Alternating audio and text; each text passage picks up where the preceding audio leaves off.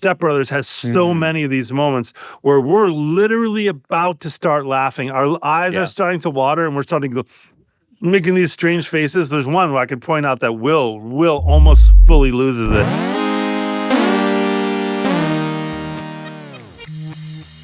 This is Good One. I am Jesse David Fox, senior writer at Vulture and author of Comedy Book.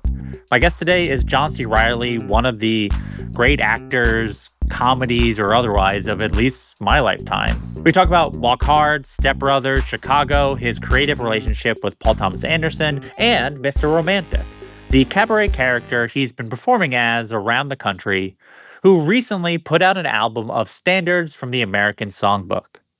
So here is John C. Reilly. I am here with John C. Reilly. Thank you for joining me. My pleasure. So the first question I like to ask, what is the funny thing that happened to you this week? Well, I was on Fire Island in New York, and we have a lot of family and stuff that comes out there. We end up going out there every summer to this little cottage. And when the ferry leaves and people that we love are leaving on the ferry, we always stand at the ferry dock and sing "Happy Trails to You." Everyone stand "Happy Trails to You" until we meet again. And it's usually this kind of like, sweet moment where, we wave goodbye. We wave goodbye to the person. Well, this time I was totally unaware of it, but someone was like late to the boat. And we started to sing "Happy Trails to You." And this person was late. And the guy was like, "No, that's it. No one else on the boat." And this girl's like, "Are you kidding me? I literally just got in." And we're like, "Until we meet again." She's like, "You have to let me on the boat. Happy trails to you." And it was like, our joyful moment was like the soundtrack to her nightmare. Yeah. So. It's like that. It's what's nice about that story is that is the funny story she tells, and you're like essentially the side character, but you get it from your perspective. I don't know if it was so funny to her. So that you can imagine like a Rashomon version of that story. So I'm excited to talk to you about Mr. Romantic, which is the new solo show you've been doing recently. But I wanted to start with a recent list The Ringer did of the top 100 movie performances of the 21st century. I don't know if you saw, but I was asked to do it. Oh, cool! You're on the list. You're on your Dewey Cox and Walk Hard is on the list of top 100, and it's one of the few comedy performances on the list at all. And I think it's interesting thing to talk about in terms of your process because it is as they know. It just doesn't feel like a parody of a biopic. It just feels like this person now exists. It feels like it just feels like a movie. Have you watched it lately? I have watched. It definitely feels like a parody. Your performance is grounded enough. There are scenes that are like, obviously there's people are going. It is satire. Yes, it is satire. But because the tone of the movie is rich, I was wondering if you felt like there was a day on set that you could remember that really felt like you got the character and how you wanted to do it. There were a lot of moments like that along the way because you're right. That movie is much more detailed and well made than any comedy satire has the right to be. And it's because music lovers populated the whole behind the scenes of that movie. Jake Kasdan loves music. Judd Apatow is like, his family is like, I think his parents were involved in the music business. So, and then all the producers and songwriters and musicians behind the scenes who were writing all the original songs all really deeply loved music. So we wanted the instruments to be the correct period instruments. We wanted the clothing to be exactly right. In fact, our satire of biopics was better made than a lot of the actual biopics that were satirizing. And part of it was because all the musicians behind the scenes, all the people who love music were like, we have to do this exactly right so that it seems like we got the, the underlying stuff right. Whether it was like what Brian Wilson was like in his craziest days during Smile or what Dylan was like. And there was this one moment that actually was, it's going to sound ridiculous maybe because the song is literally a satire of a Bob Dylan song called Royal Jelly. I can't even remember some of the words right now, but it's a stream of consciousness song that's like, the lamppost spoke to the teapot and the thing, it was during Dylan. It was like kind of a riff on Dylan's era of what is he talking about? What does this song mean? and my band is standing backstage like, what the fuck is this about? Like, I have no idea. But the song, as it was written by this guy, Dan Byrne, who really does sound like Bob Dylan when he sings. He just naturally has that sound to his voice. He's a Jewish guy like Bob Dylan who has that tone to his voice. And he wrote that song, and he wrote a lot of the Bob Dylan and protest songs in the movie. And so he wrote Royal Jelly, and lyrically, you don't know, it's literally opaque on purpose, so you can't tell what the hell it actually means. But the structure of the song musically is really Dylan-like, and it has this emotion to it. So I remember standing there in one of those, I think it was the Palace Theater downtown, where we're going to be doing Mr. Romantic in October, standing on stage rehearsing, and I was really playing the song, on the guitar and singing, the mouse with the overbite, like all those crazy songs. But I was really committing to it, and is what I did for that whole movie. Like, even though the material was absurd and satiric, I committed with my whole heart to it. And so as I was singing it, I was like getting really emotional, almost starting to cry while I was singing this song. And I was like, isn't it crazy that I'm sitting here rehearsing this song that's supposed to be a nonsense, funny song, but musically it's moving me in this very deep way. And then I looked out into the audience, and Jake Kasdan was sitting there with his eyes welled up, staring at me, and he was having the same experience. So there's something about music that's alchemical, that regardless of what you intended it to mean, it can hit in an emotional way, in the very immediate way that music does. So I was thinking, that's the story that jumps out to me. I was thinking about that scene. In that scene, are you thinking I'm doing Bob Dylan right now, or are you thinking I'm still doing Cox, and Cox is doing Bob Dylan right now? No, the idea was that Bob Dylan stole his act from Dewey Cox. So Dewey Cox, there's a press conference in that movie, like, everyone's asking me why I sound so much like Bob Dylan. Why don't you ask Bob Dylan why he just sounds so much like me? So that's like kind of the repeating joke in the whole movie, is that I was the Beatles before the Beatles. I was Roy Orbison before Roy Orbison. I was Brian Wilson before Brian Wilson, or concurrently, But yeah, so I was head to toe dressed like Bob Dylan. My hair, the sunglasses, literally were doing his exact act from that era. So yeah, I was definitely feeling like I was trying to be Bob Dylan, and I was making my voice sound like his voice. But yeah, in the conceit of the movie, I was an original, You often people ask you about drama versus comedy, and you'll often say you do the same thing. You're just committing to the reality of the scene. Just in comedy, the reality might be more ridiculous. I'm curious about how that works in a movie like Walk Hard, where there are meta elements where you're in the scene, but you're also commenting upon the movie. There's a part in Walk Hard where you go like, this is a really dark period for me.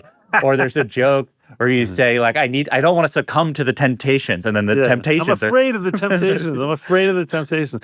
That is the longest. That joke gets the most shoe leather in the whole movie. We said that joke 6 different times throughout, but yeah. And then we actually got the temptations, the real temptations. So like the reality of him saying that hypothetically is the temptations being there, but you're saying it, you have to say it with a sort of certain pathos or whatever. How do you? Yeah, it's both, there's some times when you commit to an idea and you're trying to make it believable. But I would say in that movie, when I'm in the setups to the jokes, when I'm saying I'm afraid of the temptations, I'm actually talking about I'm afraid of becoming a drug addict again. I'm afraid of becoming a sex addict again. And then when the actual temptations moment happens, it's, a more pure joke. But cool. It's funny about comedy and drama, like you mentioned. People do ask me about that a lot because I'm one of the few people that traffics in both. And I think that, if I'm really honest about comedy and the difference between playing comedy, there is something about comedy where I talk about it with Will Ferrell a little bit, and we're like, it should, and Step Brothers has so many of these moments where we're literally about to start laughing. Our eyes are starting to water, and we're starting to go, making these strange faces. There's one where I could point out that Will almost fully loses it. Do you remember what scene that is? I think it's a waiting game. Like when we're talking about his injury from the bunk beds or something. Or did we just become best friends? You know, Will's eyes are starting to water a little bit. So to me, like the recipe for comedy is get to that place where you're literally about to start laughing. And the way I describe it is like, it feels like there's carbonation in the air. All of a sudden, like things get like lighter and kind of crazy and like, and then you just hold on, you don't laugh. And then hopefully the audience laughs. Yeah, it's something in the eyes. It is this sort of like feeling of play, even if you're not trying to be funny in the scene. The fact that you're committed to the scene, you're playing the reality of the scene, so there is that sort of playfulness. But you are, by committing, you're further being in the moment together, and you sort of the audience can feel the energy of it. I mean, that's part of the joke too, is like how committed he is to these absurd ideas, you know, like, I can't build you a candy house, it will melt in the sun. Like, that was an improvised line, actually. Like, she's like, well, I forgot what her comeback is, but we'll make it out of hard chocolate or something. Have you kept up with biopics since?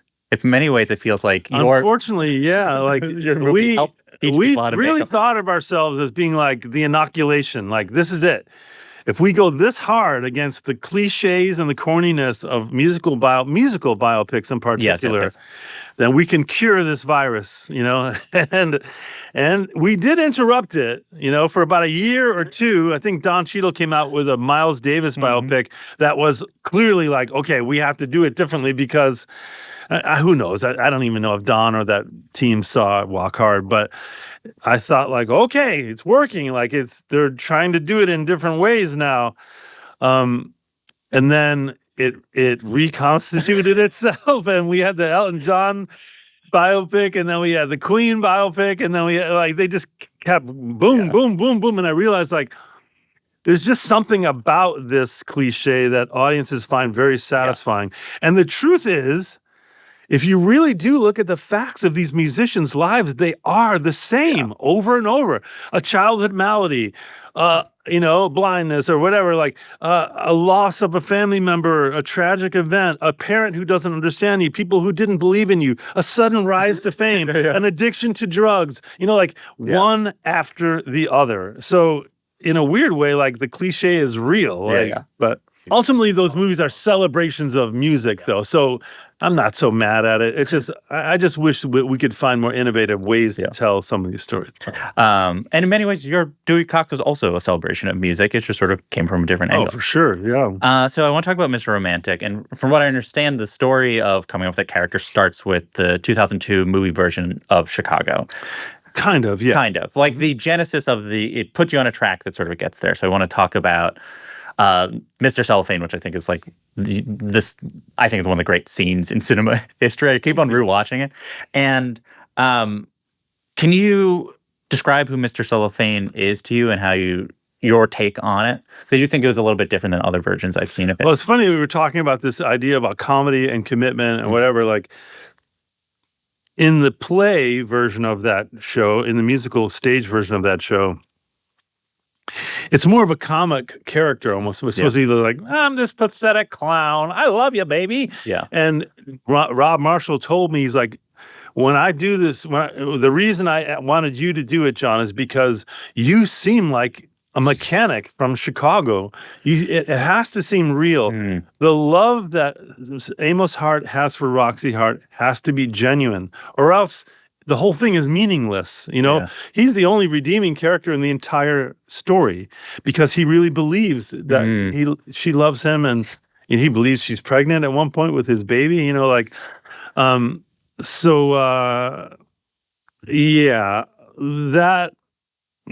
movie, you know, Rob cast me because he said not only he thought I could sing well, but he wanted the role to be an actor's role, you know, like not just a comic, you know, kind of pastiche of the lonesome or the sad sack, you know, cuckold husband. He wanted it to seem like someone who genuinely loves her, because if he really loved her, it gives the audience a chance to maybe love her too. Like, if someone loves her, maybe she's not all bad, you know. But just to go back a little bit further than that, that's why I said that character was kind of the inspiration for Mr. Romantic. I've been doing musicals since I was 8 years old, so that style of performing is something that I grew up doing. So Chicago was like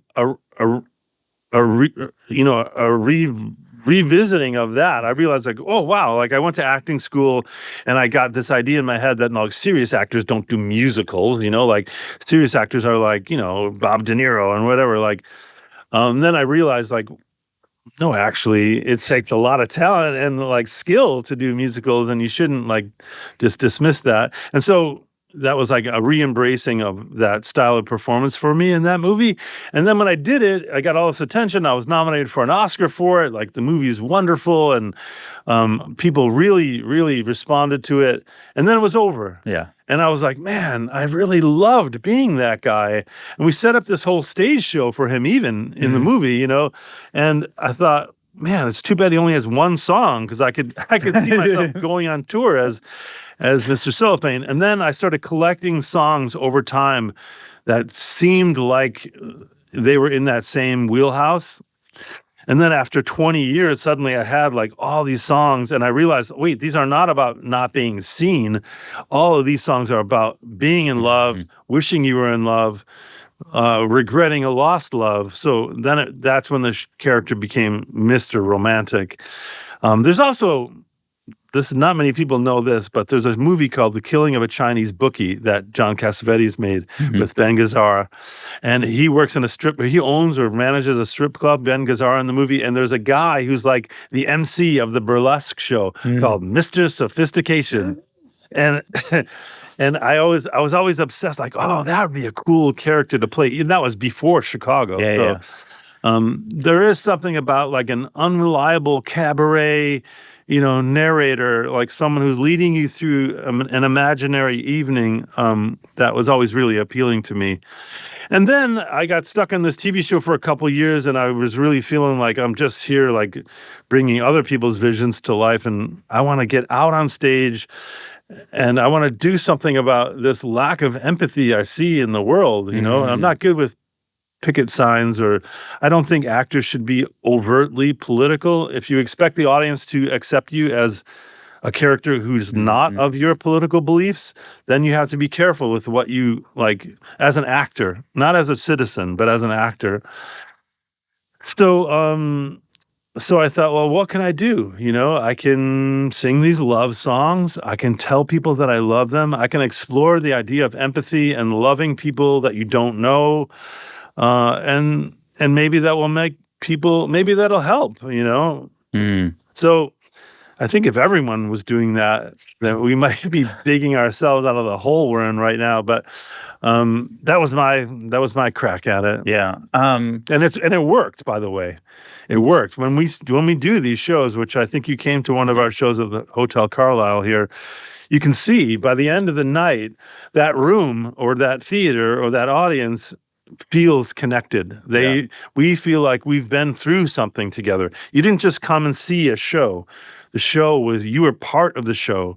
The main person came out and spoke to you and tried to connect with you and see who you really were. And that is different than just like a showbiz kind of presentation, How did you develop the show? So you have this character idea. How did you develop what the show is? How did you sort of build the world? It was really improvised. So, you said at the beginning of our chat here, your solo show, but it's not a solo show. Oh, yeah. It's with 4 musicians, and we're all part of a band, really. And Mr. Romantic doesn't remember them, but they've been traveling with him in that trunk for thousands of years. So they know what's going on. They're stuck in this purgatory that they're aware of. Mr. Romantic is just like reborn every time he comes out of the steamer trunk. But the way the show came together was first the music. So we rehearsed the music for months and months. We would get it all under our belt because I wanted the music to be excellent, and the musicians that I found were all really, really super accomplished musicians.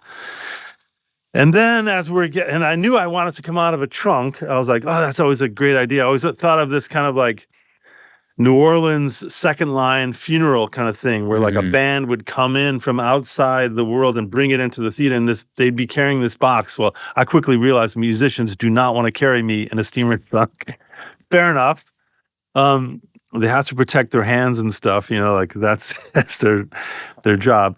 But so almost like the night before the first time we did it in LA, I was like, okay, well, why would I be in a trunk? And I was like, okay, maybe he just is always in a trunk, and the only time he comes out of the trunk is to do these shows. Okay, then what would he say when he came out of the trunk? Like, oh, well, maybe he doesn't have to go back into the trunk if he can succeed in this show. And so I came up with that kernel of an idea, and then I just improvised my way through the first, say, dozen times we did the show, and then certain, arcs of the show came to life, and certain ways that I talked to the audience. The show kind of showed me what it was, and it was really through improvisation and through play with the audience, audience work. It's definitely a style that there's a lot of modern clown that's happening in LA right now, where shows are being developed that way. The first place we did the show was the Elysian Theater, which is the heart of the clown scene in LA. My friend Natalie Palamides and I are on the board of that theater, and so that was a good place to start. And then really, that's the first time we did Mr. Romantic was at the Elysian, but I had been developing the character song by song at Largo, another great music place in LA, called the Largo at the Coronet. When you're in it, how much are you able to sort of empty your mind of all information, right? In many ways, Mr. Romantic is this sort of character that sort of exists, and he doesn't have a past or a future. He sort of is there. Does that, do you feel particularly present because of that? Because there is no other information to have other than... Yeah. It's a little cheeky because obviously I am myself, and you can tell, like when you saw the show, I play around with that, and I try not to be too knowing because I really do think committing to that idea that I don't remember anything is important for getting the audience into the present tense of the show. But it's a lot like improvisation. And when you do improvisation as an actor, you also are not thinking about the past or the future. You're trying to clue yourself into this moment, or being a good listener. Like when I'm looking at you right now, I'm just looking into your eyes and I'm trying to see, like, what am I getting from you right now? I'm not thinking about what I was doing before I came here or what I'm going to do. I'm trying to just clear out everything and really hear what you're saying. That's the moment, And so that's what I try to do. I don't try to create some whole fake reality in my head. I just try to get myself into the moment right now. You seem sad, not, I'm just saying, whatever. Someone in the audience, you seem sad, or you seem nervous, or you seem like, what are you for? Oh, look at your hair is like this, and noticing details. And, I got to tell you, like, when you really see someone, it's like magic what happens. I couldn't have predicted what, trajectory the show would take. And it's really a beautiful thing, like when I connect with people and I see them, because people often ask me, like, when they've seen the show, like, does anyone ever, like, not cooperate as a volunteer in the audience? Or does anyone ever say the wrong answer to a question? And no, they don't. Oh, really? They don't, because if you really see them and you really connect with them and you show them, I'm goofing around with all this other stuff. I'm dancing and I'm making jokes and whatever.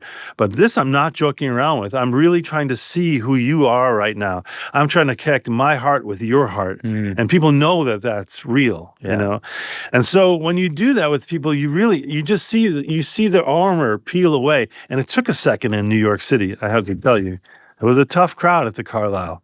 And number one, a lot of people have some cash. Yes, that was the first thing I noticed about it. You got to have some money to go buy that ticket. They're expensive tickets at the Carlisle, which is why I did a show in Brooklyn at the end of our run that was much less expensive and was really for the people. Yeah. But I also, rich people are the people too, So, and I don't make distinctions between, like, human beings, whether one has more value than the other. That's one of the whole points of the show. Yeah.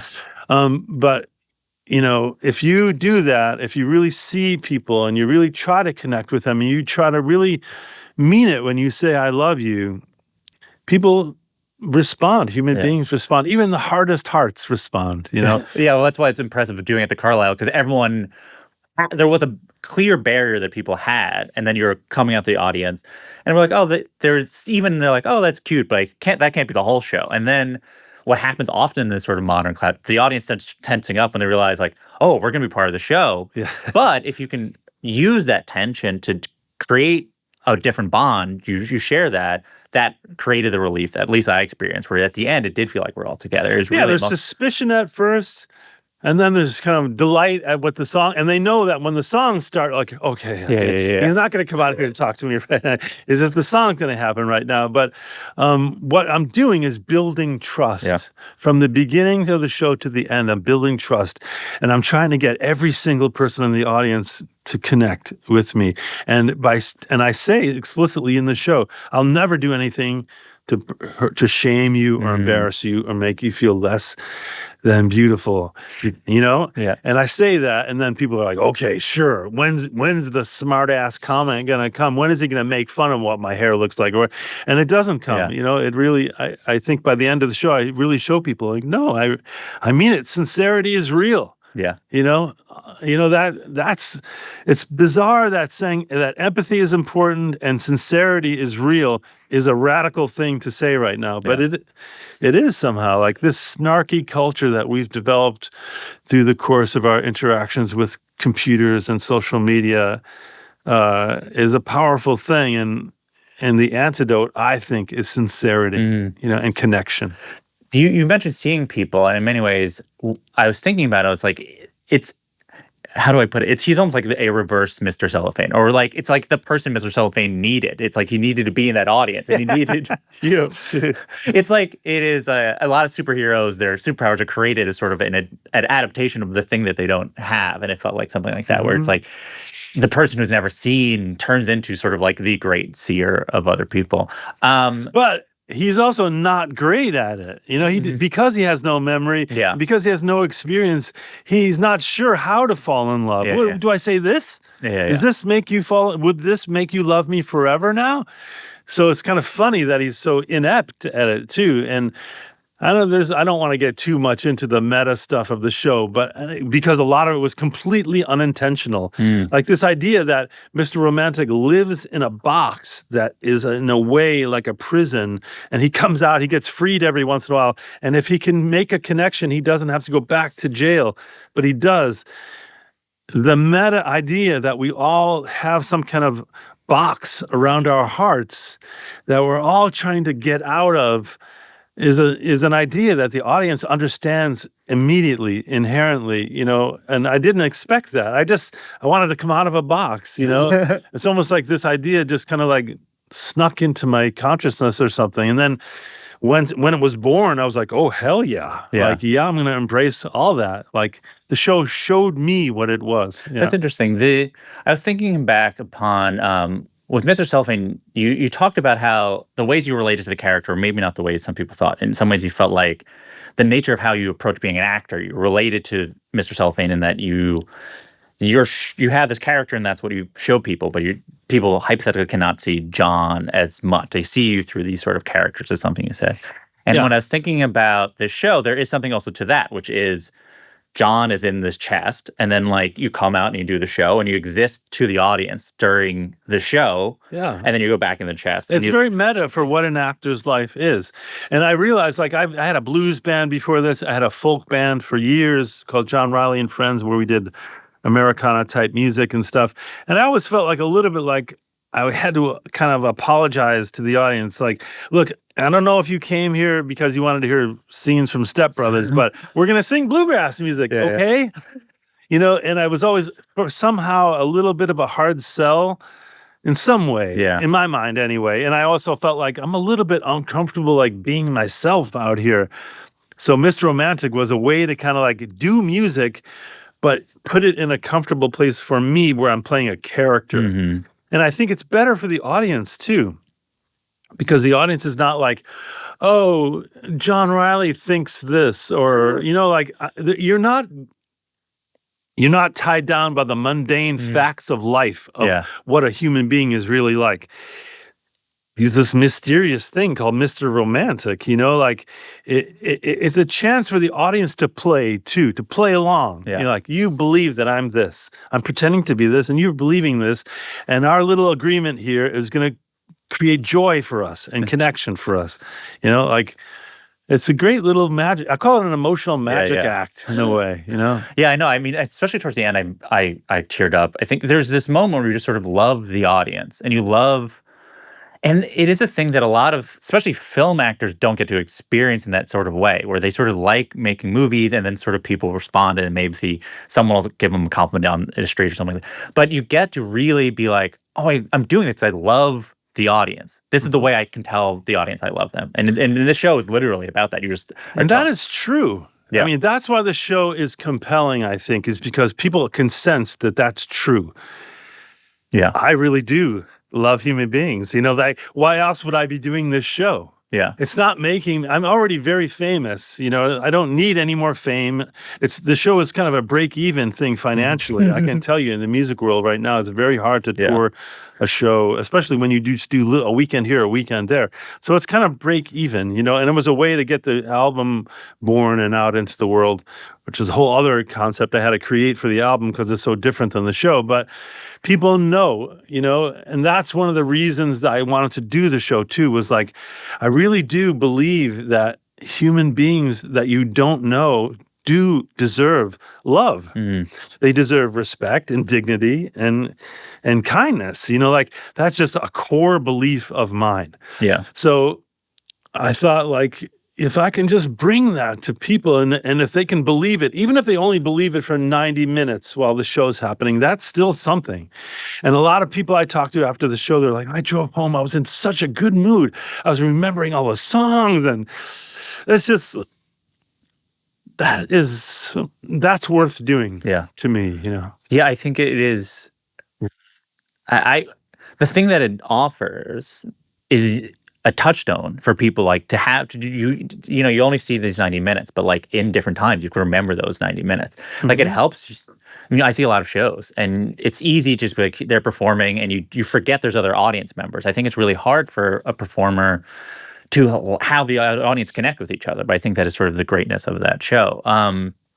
And there's a moment in the show when I first usually begin my audience interactions with a woman. Yeah. Because I usually sing this kind of romantic song about Mona Lisa or something, or La Vie en Rose, or and then I go out and I start talking to a man, and you can feel the audience is like, what's going on here?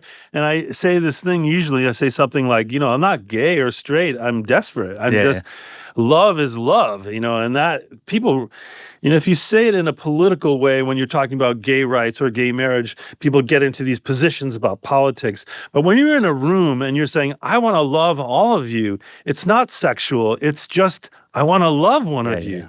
People understand that, you know, like it's a very immediate, understandable thing. It's not a political posture. And what happens then when I do that, when I say, like, look, I'm going to be talking to men and women, it's okay. Yeah. You know, like, the whole room shifts, you know. First, the women go like, oh, thank God, it's not just him hitting on women all night. And the men go, oh my God, could I love a man? Like, you're wearing a hat that says male friendship. Like, like that's one of the big issues for men right now. It's our loneliness and our inability to connect with each other in platonic ways. Like, so that was and I stumbled upon that moment too. Yeah. You know, I realized, like, I don't want to just talk to women. Like, half of the audience is men. Yeah. I want to talk to them too. So why would I exclude them? If I'm saying I love humanity, I can't exclude half of them. So, so I love that, the temperature change in the room and the unifying that happens. It's like everyone becomes equal. Yeah. It helps. One of the things that it helps people do is, I think many people hear the word love and think of romantic love. Also, his name is Mr. Romantic. And I do think the show uses sort of the vocabulary of romantic love and the passion associated with romantic love to be like, we can associate love. Friendship can have passion to it too as well. I think you sort of allow people to, like, remember what it felt like to love other people by using the love that they sort of most commonly comes to mind. Yeah, we've kind of come to this place as a culture, I think, of that it's naive to just be nice to someone you don't know. Yeah. But that is the cornerstone of civilization. That's how civilization works. I stop at the red light because I don't want to smash into you when you're going by, because I care about you. Like those are the basics of civilization. That's how it's supposed to work. So when I say I'm Mr. Romantic, it doesn't mean I'm Mr. Lust, or it doesn't only mean that. It doesn't just mean I love you like I love a wife.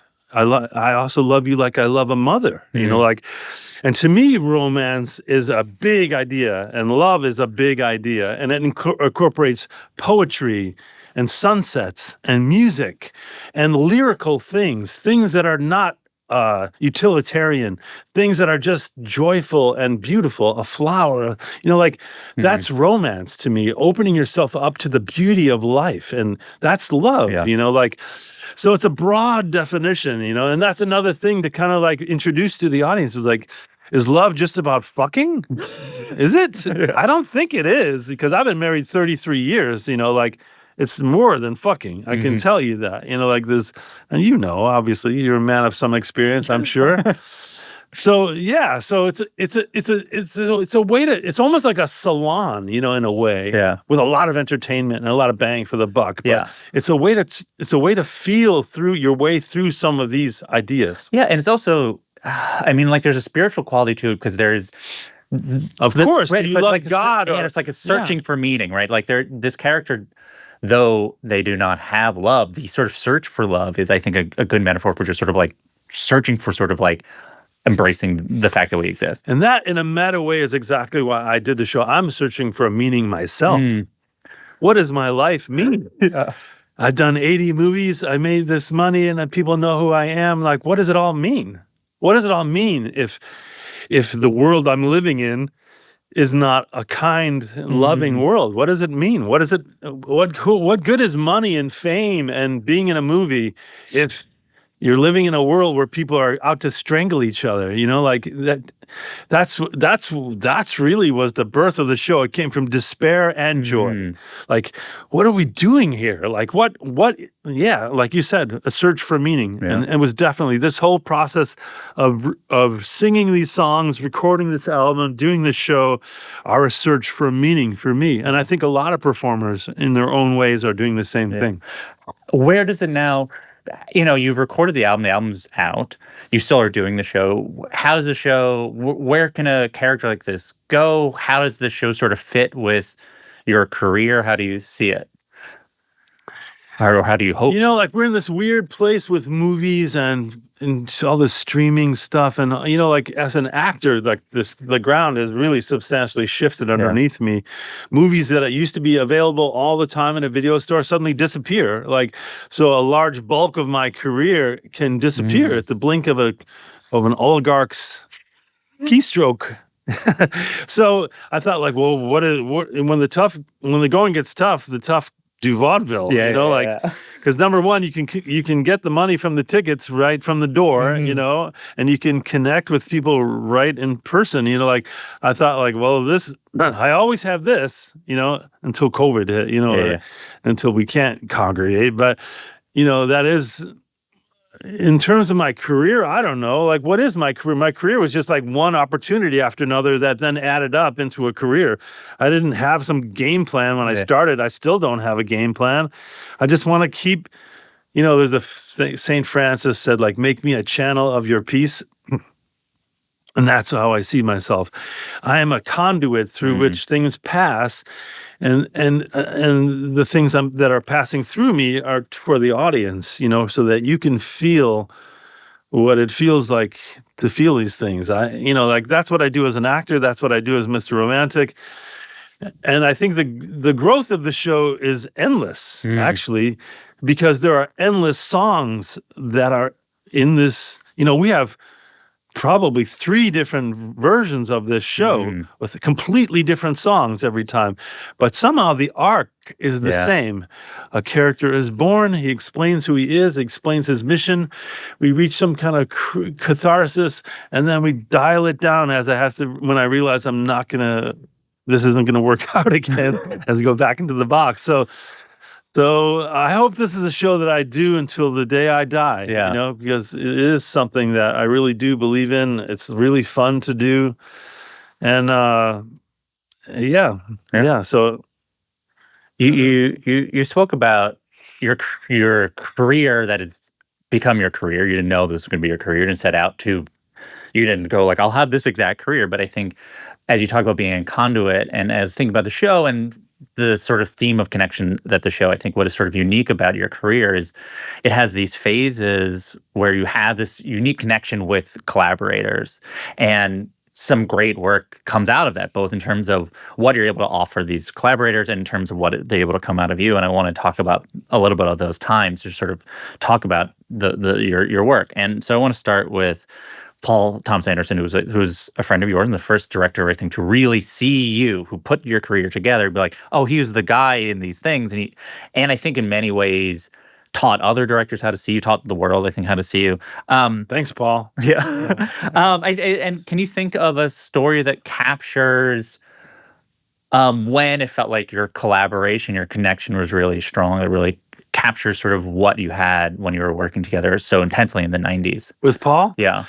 Yeah, well, Paul, when we first met was because I was asked to do this filmmakers workshop for Sundance in the summertime, this kind of boot camp for wannabe filmmakers.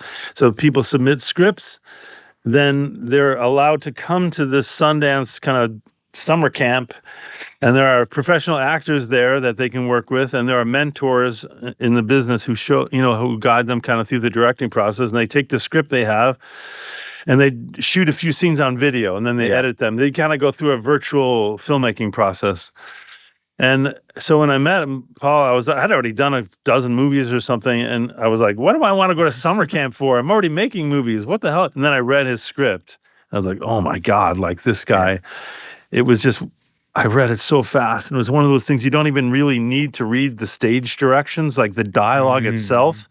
And that's one of Paul's real great talents, is like when you read a Paul Anderson script, there's not a ton of like exposition in the stage directions. It's just like, what's going on from what people are saying to each other, which is kind of a mark of his genius.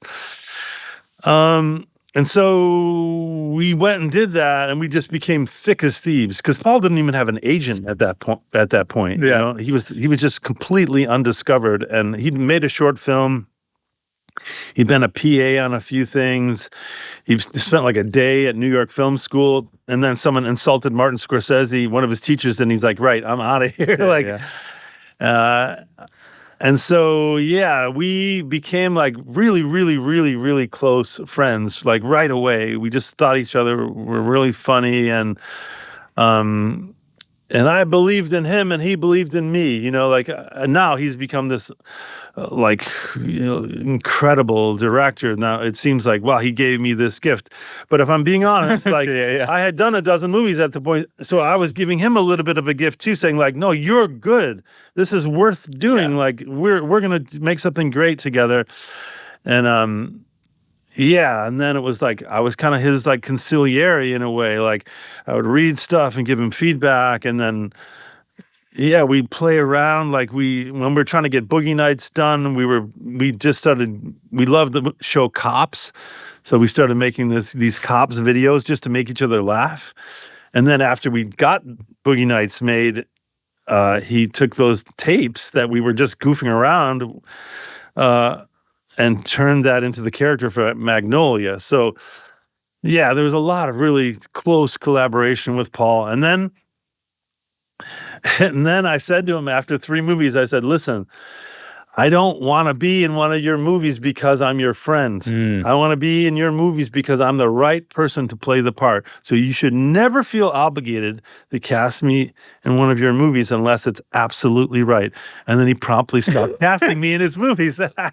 But we're still super close friends. I mean, he's like family to me. Like I'm very, very, I feel very, very connected to Paul. And I stand by my decision. Yeah. I hope someday we do something great again, something other than Herman Munster, but which I did in Licorice Pizza. But anyway, that was it was really like our collaboration was born of our friendship. You know? When I was, I got to rewatch a lot of your movies after seeing Mr. Romantic. I've seen them before, but and the scene that struck me as feeling kind of Mr. Romantic-y of all the Paul movies is the scene when you first meet Dirk Diggler in Boogie Nights. Interesting. Just because there is this similar meeting of a person immediately and immediately taking them in. Well, it's not immediate, actually. What's really funny in that movie is when I meet Dirk Diggler at that bar and I'm making margaritas, I'm trying to vibe him. I'm trying to like dominate him. And in fact, that was Paul's direction to me. Oh, interesting. He's like, dominate him. Everything that you're saying, you're trying to get one up on him. You're trying to show him you're stronger than him, you're smarter than him, you're cooler than him. Like, and so that scene when he first was like, oh yeah, Woody Bench, and by the end of that day in the movie, I'm saying, you want to hear a poem I wrote? In the jacuzzi. So yeah, and then I just fall in love with him as a friend, his name, Eddie Adams from Torrance. Yeah, that was is the falling in love quality that those characters have that feels so visceral, even though we go back to talking about friendship, right? Like, obviously, Hard Eight, there's romantic love that happens, and there's romantic love in Magnolia, but there's something about the purity of the love of that feels sort of, I felt like, in a similar note. Yeah, and there's a childlike quality to it. Like when you find your best friend, like in third grade, you're like, what? You're so funny. Oh my gosh, we have to spend all our time together. I have one relationship like that after another in my life from the time I was a little kid. I always had like a ride or die, like wingman, best friend, my runner, and my work has reflected that. I have those one after the other in my work too. Stan and Ollie, Step Brothers, Sisters Brothers. There's just one after the other. For some reason, like that's how I'm made. Yeah. Like I like to collaborate and I like to be in partnerships and I like to build something with someone else because part of it's like then it's like less on me. I'm less kind of maybe it's a Chicago thing where I'm from. Is like it's pretentious to think you're the greatest and you're the star. Like, wait, I have something important to say. In Chicago, it's much cooler to be like, no, I'm not the most important one. We're going to show you something cool, and our collaboration is going to make something great. Because you're not going to become famous in Chicago overnight. You're only going to do a good play if you work really hard and you connect with the other person. Yeah. Like L.A. or New York, you could become famous overnight. So I've noticed theater actors in New York especially are much more like, okay, like the connection is between them and the audience, not between you and them. It makes sense that, modern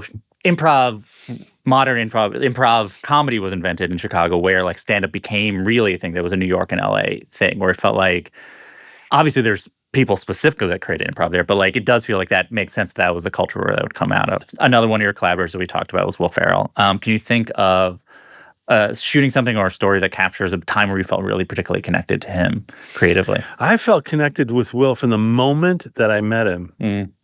I was friends with Molly Shannon. We had done a movie called Never Been Kissed. This is a very strange movie in my kind of filmography, like the only kind of like teenage romantic comedy kind of that I've ever done, I think.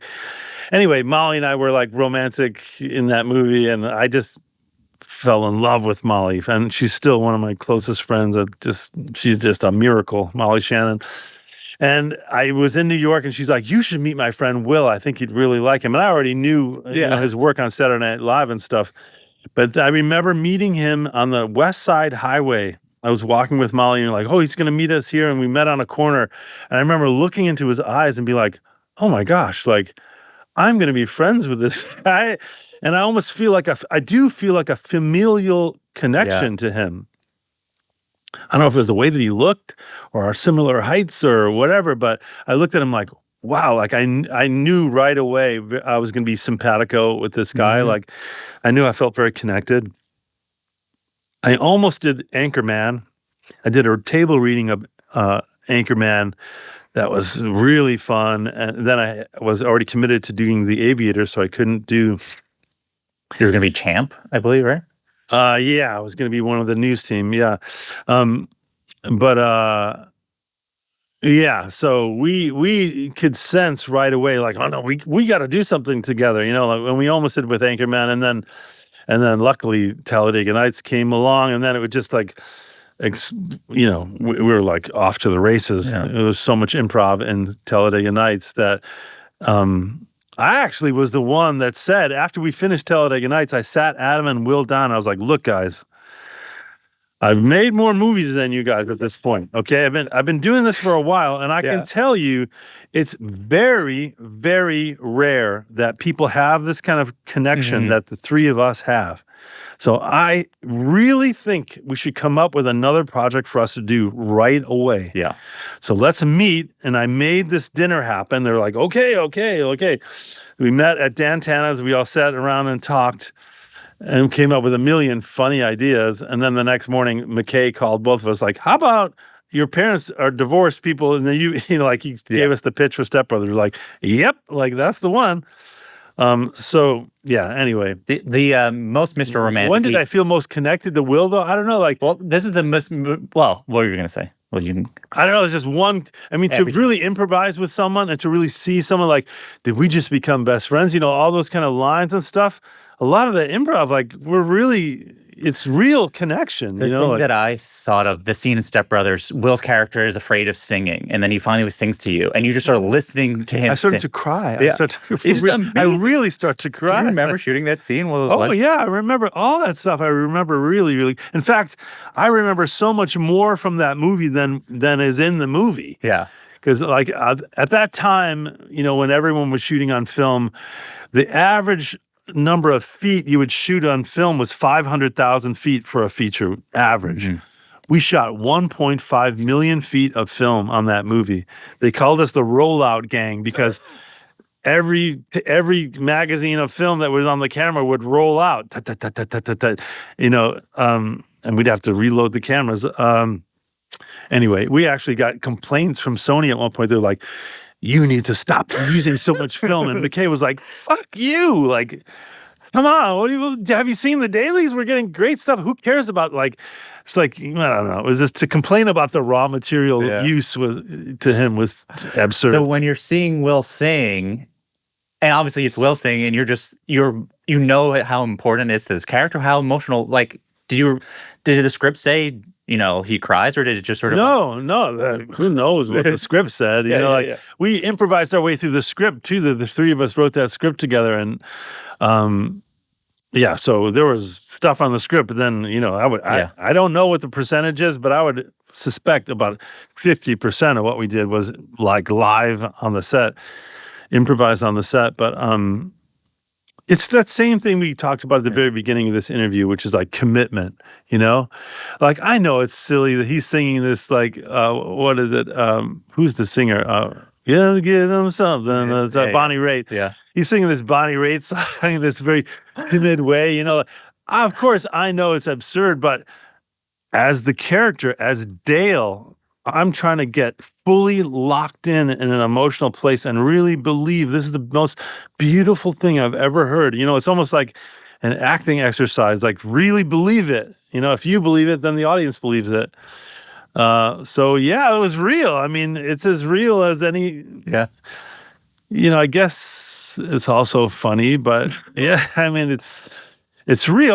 That's the thing. Like comedians, like someone like Will. I've always said, like, Will could literally read the phone book and make you laugh because Will has this, I don't know what it is. Yeah. He has this kind of fairy dust he can just put on stuff. He's naturally funny. I don't think I'm naturally funny. I think I'm an actor who can commit. So I know how to commit to an idea, and if the idea is silly, then it's funny.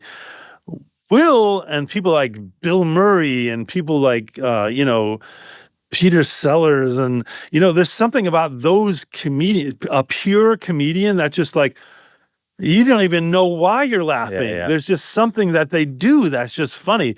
I'm not trying to be humble. I don't see myself in that same category.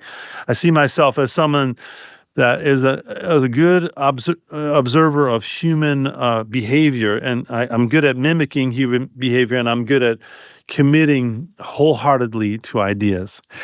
Speaking of commitment, this is a small thing to ask about, but I couldn't get over. There's a scene in Step Brothers where you do a really long fart. You're in a job interview and you fart, and you have to do it. I imagine the sound wasn't on. Fart for real. Did you? Mm-hmm. All right, so it was not that long, but I did. Weirdly, there are a few farts in the movie, and we, for whatever reason, I don't know what we're eating, but weirdly, like Will and I both were able to knock them out when we needed to. But obviously, then they made it really absurdly long in this. So that's how you're able to be true in the moment. You're like, okay, well, yeah. That's so. You said that seeing. That was the question? You wanted to know if the fart was real? No, I just want to know how you pretend. How do you not tip that you're doing something funny in that moment, and how do you try to like ground it as much as possible while also obviously you're farting? And I guess the answer is you farted. I mean, not just the farting in that. We have like every single scene. We're in a job interview in tuxedos. Like there's so many absurd contradictions in that movie that the only way through it for me was just like, no, this guy believes this is the best thing to do right now. Like, or he can't help it. Like you talked about in Talladega Nights. There's the scene where Will runs around in his underwear and how moved you were by it, to the sort of how he gave himself to it. And then Walk Hard, I believe, comes out Will actually taught me a lot about commitment. Well, that's what I was asking, because it's particularly in comedy. Will showed me, and I was like, I think I'm a pretty not shy, but I'm not someone who's like the life of the party. Like I'm someone who's a little more reserved I don't know. I think before I met Will, I think I might be like, oh, I'm not going to take off my clothes. Like, come on. And like, whatever, like I just had sort of limits or whatever. And then when you watch someone like Will work and you realize like, no, it doesn't matter. Your own dignity does not matter. Yeah. What's most important is making them laugh. And like, even if you have to get completely nude to do that, that's what the way clowns think too, and so I realized like, oh no, that's fucking punk rock. That not even caring what your body looks like when you're running around in your underwear, that's comedy, like that's commitment, Because so he made me braver. Yeah, because the next year you're in a movie where you run around in your underwear. Yeah, I run not in an underwear, in a loincloth thong thing. Yeah. Diaper kind of deal. Swami diaper. Next up, I want to ask you about Tim and Eric, who, of course, you work as an executive producer on Steve Brul's shows. Check it out with Dr. Steve Brule. So you're executive producer on it. Do you have a memory of a time where you felt particularly connected to them in terms of vision or collaboration? Well, those are another guy. Those are another example. Like I had a partnership with those guys, but we were three. Yeah. Like I almost see them as one in a way when we work together. But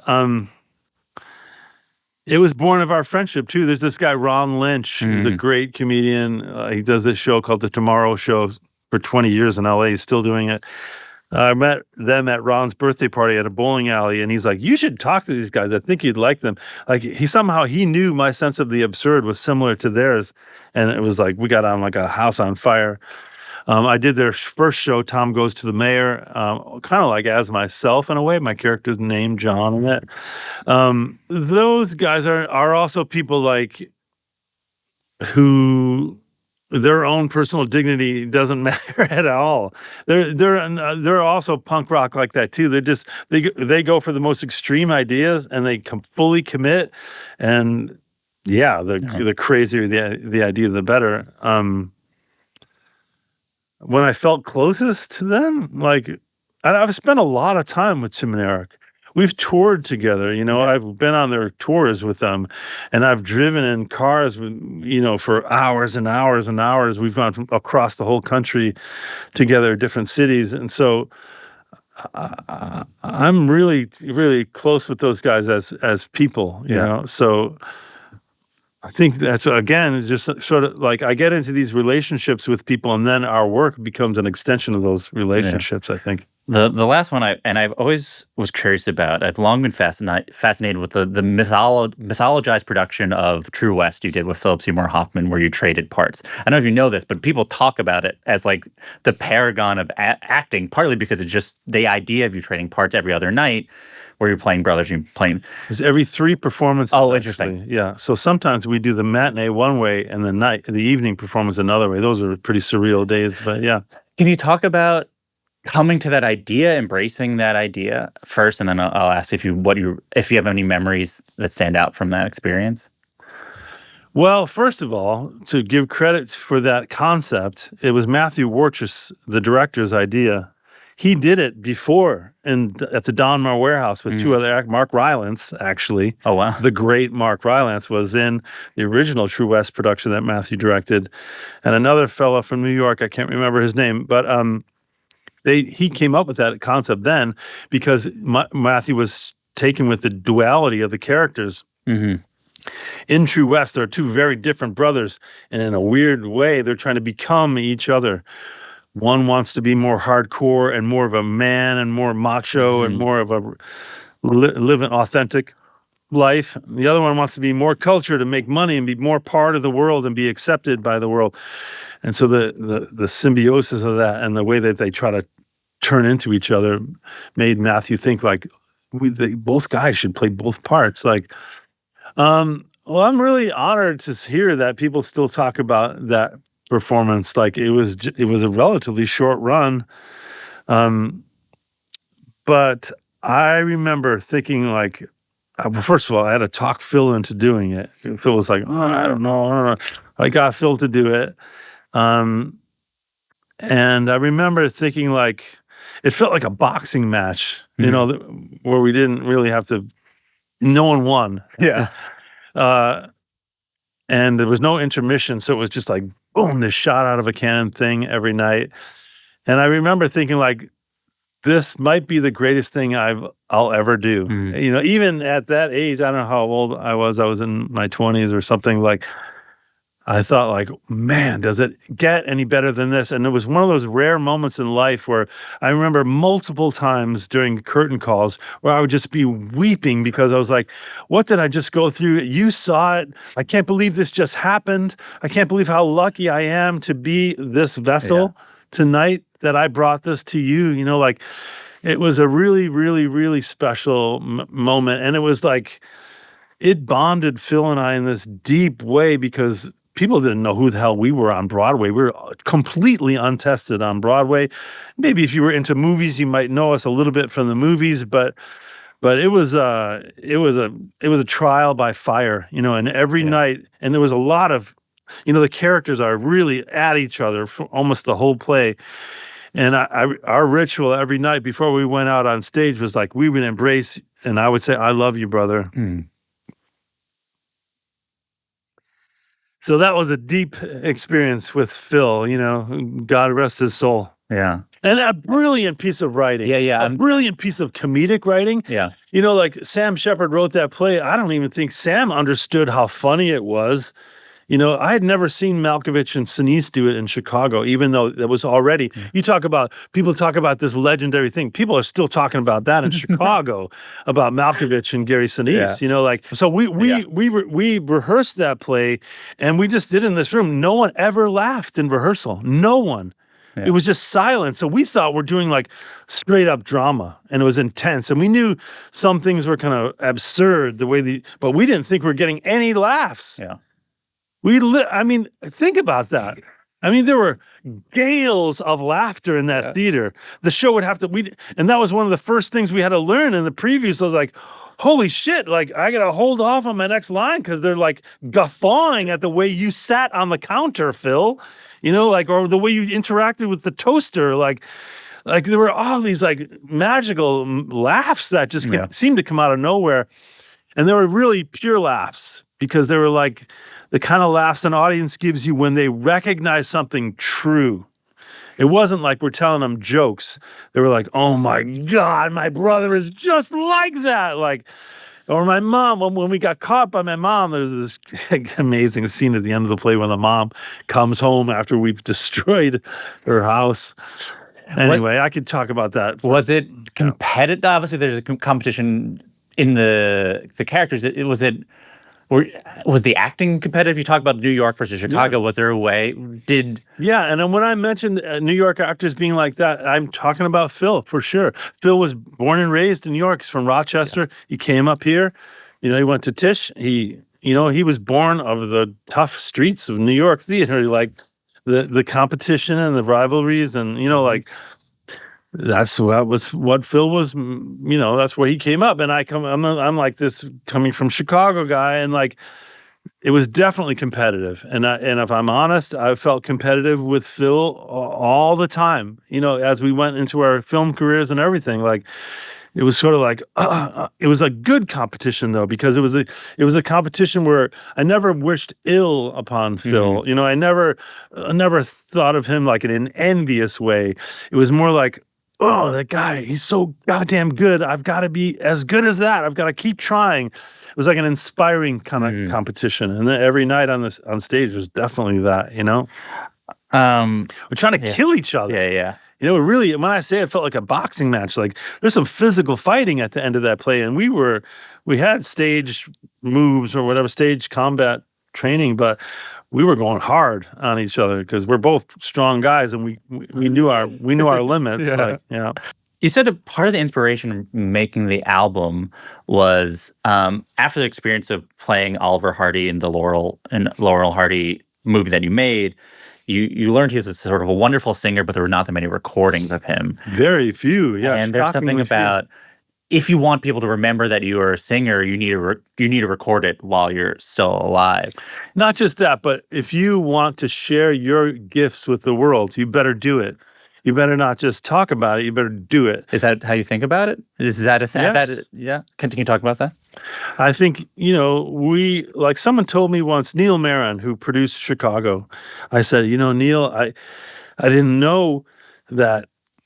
I didn't know this was going to come back into my life, musical theater. It's just like I knew I could do this, but I didn't know I would ever be asked to do it. And he said to me, "Potential is a terrible thing to have because it corrupts you inside if you don't use it."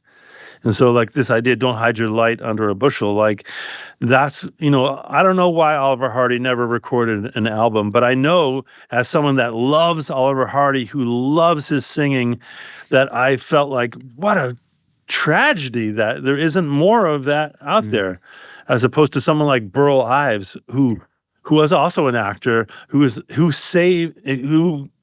passed on so much folk music. He was like a very prolific musician in terms of recording. So like I was like, I want to be more like Burl Ives than Oliver Hardy. Like I want to like make sure when I'm dead and gone, if people are interested in what I brought as a singer, I want them to be able to hear it, you know? So, but there was it's a much bigger journey than I realized, like the courage to sing, to find your own voice, the way that you sing, and to say to the world, I've got something to sing about. Like it takes a lot of courage. And there was so much doubt and so many dark nights of the soul leading to that. And so I'll say to anyone listening to this, it's not easy, but you have to do it. So now it's time for the final segment of the show. It's called the Laughening Round. It's like a lightning round, but I call it Laughening Round because it's comedic broadly in nature. Do you have a favorite joke? Just like a street joke or a dad joke or anything? Well, I remember one joke at a time. Yeah. And then if I hear another good joke, that one gets displaced and I can only remember the new joke. The current joke that I love is a little girl asked her mother, "Mommy, where do babies come from?" And the mother's like, "From the stork?"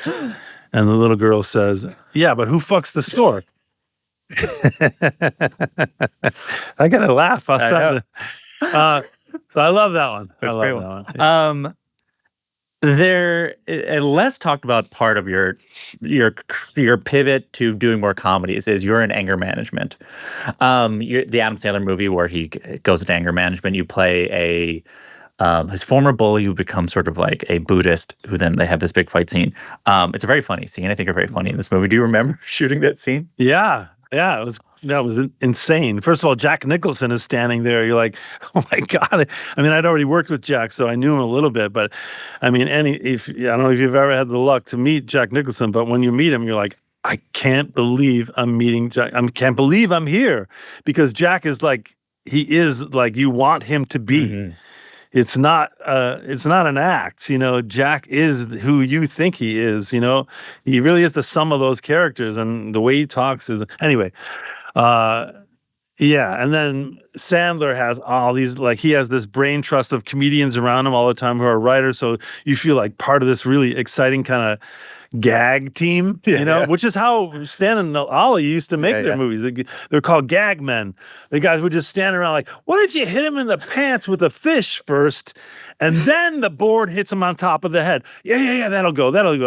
Like, that's how movies used to be made. Yeah. Like, there were barely any scripts. People would just stand around and pitch ideas to each other. And Adam Sandler still has this group of guys around him. So that was a really fun thing to be part of. And then also, like, it was so childlike, that scene, like, remind me of, getting bullied by somebody or picking on somebody yourself, or, it was just so, like, kid, like the titty twisters and like spitting on him, and like all this awful stuff that kids do to each other. No. Adam has Adam has what? No. What is it? No, it was hard to do the titty twisting on him. Oh, he has very hard nipples? Yeah. No. He was very sensitive to it. Let's just say that. This is the stuff. This is what people tune in for. Yeah. That's why I didn't want to say it. Anyway. Well, it's buried towards the end. What do you remember from your week hosting SNL? Oh, man, that was a real, talk about a trial by fire. Like, it was really a true shot out of a cannon experience. But again, you get to hang out with all these people whose jobs are to be funny for a living. So it was like a comedy boot camp in a way. Every night you're hanging out in those offices, coming up with ideas with some of the most brilliant, funny people in the whole country. Yeah, it was not easy, though. It was not easy. There are a lot of things about it that were surprisingly hard. The first thing I can think of is the cue card thing.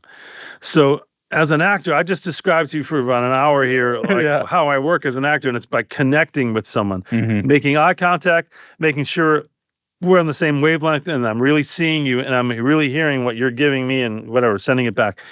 When you do SNL, they tell you, don't look at the other person. Don't look at them. I'm telling you, look at the cue card, because if you go off the cue card and you look to them, you'll lose your place and then you'll be screwed. And I was like, okay. But it's a very strange feeling. So you get to this moment, you're like, well, here it is. I'm on SNL. I'm going to be in a funny sketch on SNL. And I'm here with whoever, Jason Sudeikis. But I'm not looking at Jason Sudeikis. I'm looking at the cue cards. And he's looking at those cue cards. So it's like in a way, you're not there together. Yeah. Like, it's a very out-of-body kind of experience. And then the audience is reacting as if you are looking at each other. Like, I don't know. That was surreal. Do you have a short story of an interaction with a legendary comedian, living or dead, you're willing to share? I once was asked, some magazine was doing a thing, and I wish I could remember the name of the magazine, because I would love to find this story again. It went out of print, this magazine. It was like kind of an entertainment magazine. They said, we're doing an issue about who inspired you as an actor. And I was like, well, immediately I was like, Gene Wilder. Of course, Gene Wilder. Like, Gene Wilder, when I was a kid, was someone who showed, in an era of very macho guys, who showed, no, it's okay to be sensitive. It's okay to have a feminine quality to yourself. It's okay to be, I mean, in a weird way, like, I think my personality is half Willy Wonka, half Charlie Bucket. This a vulnerable little kid, and this, whatever, maker of make-believe. We are the music makers.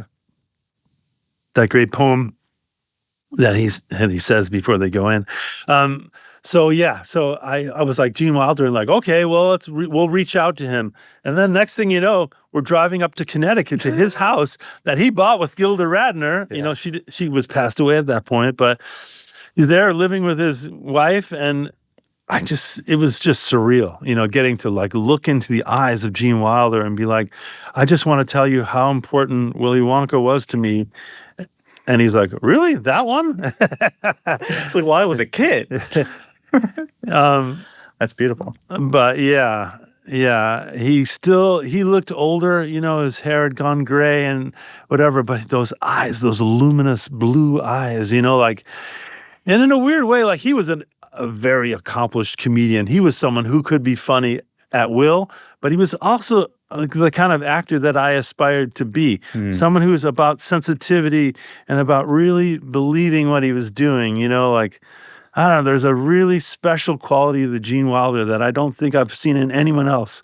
Hopefully people see a little bit of it in me now. But we had tea at his house, and I brought him a teapot anyway.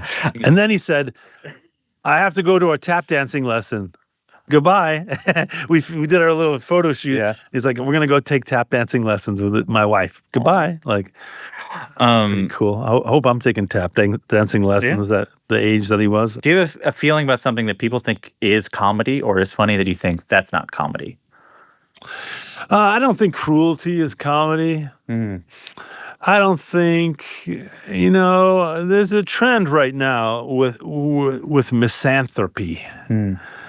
There's a trend that I don't like in movies where people, and the reason I don't like it is not because I think everything's fine and everything's wonderful. I definitely have my misanthropic days where I'm like, oh, humanity, fuck you. But that's not my core belief, And I actually think to be misanthropic is like people who are very, very overly sensitive are misanthropic because they look at the world and they're like, everything is not peaches and cream. Well, everything sucks.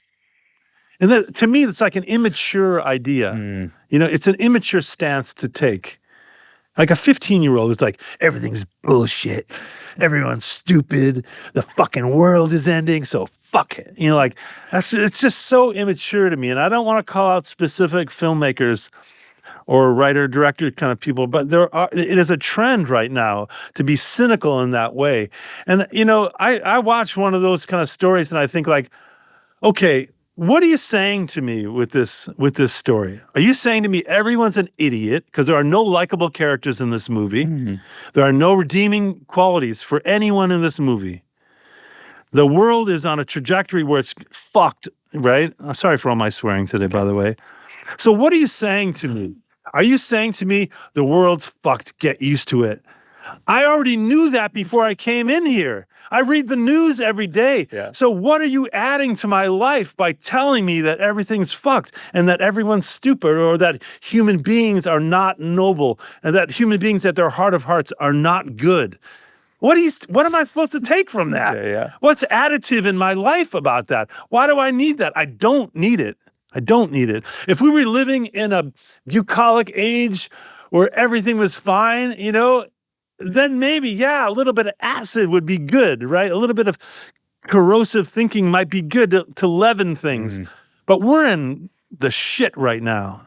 And I personally think that art should be additive to people's lives. Not to say that it should all be Pollyanna-ish, that they should all be happy endings, but I do think there should be redeeming qualities because that is the truth about life to me, that life is not all bad. Life is not all good either. But when you're at a funeral, someone always cracks a joke, right? When you're at a birthday party, you notice something sad about a kid, right? That's life. That's the truth about life. It's balanced, or it has contradictions, or it has surprises. Surprises. That's what I want in a movie. And if you say to me, the whole world is fucked and people are stupid, well, that's not surprising. Sorry.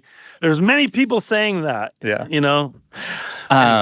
Last one. I don't even know what the question was, but I really needed to get that off my chest. No, clearly. It's fair. I remember when I was writing my book, I can't justify charging people for cynicism. Like, if they're paying money, I shouldn't make their life worse. It's a lazy posture, cynicism. Yeah. Anybody can do it. It's a defeated posture. Anybody can be defeated. If you defeat yourself by saying that, anybody can do it. It takes someone a little more clever to show the complexity of life. Yeah. Last one. Can you think of the best time you bombed or any time you bombed that you'd like to that you're willing to share? Wow. Yeah. This is probably the worst I've ever bombed. And this is before I've now developed a way to be myself on camera, right? Like right now. Yeah. Like you're not getting the whole picture of me, but I'm trying to give you some version And of appreciate it. that you might think is me, right? But for a long time, I when I was an actor coming up, I did not want to be myself. I'm not like the class clown. I'm not the guy. Have John make the toast. He's an actor, and that's exactly what my sister thought at her wedding.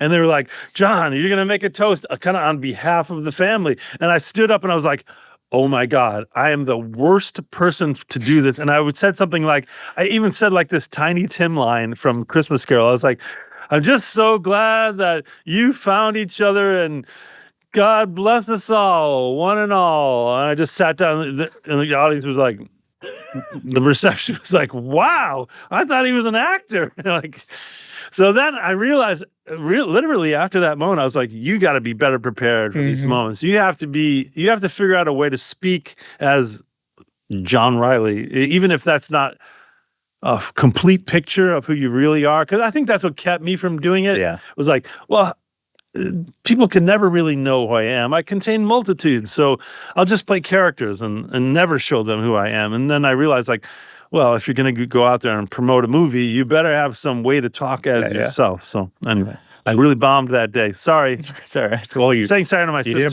You didn't bomb today. My sister's still married, though, so something must have been Good luck. Thank you so much. Yeah, thank you. You did.